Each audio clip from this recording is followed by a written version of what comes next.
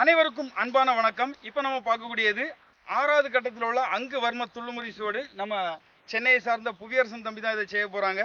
வாங்க பார்க்கலாம்.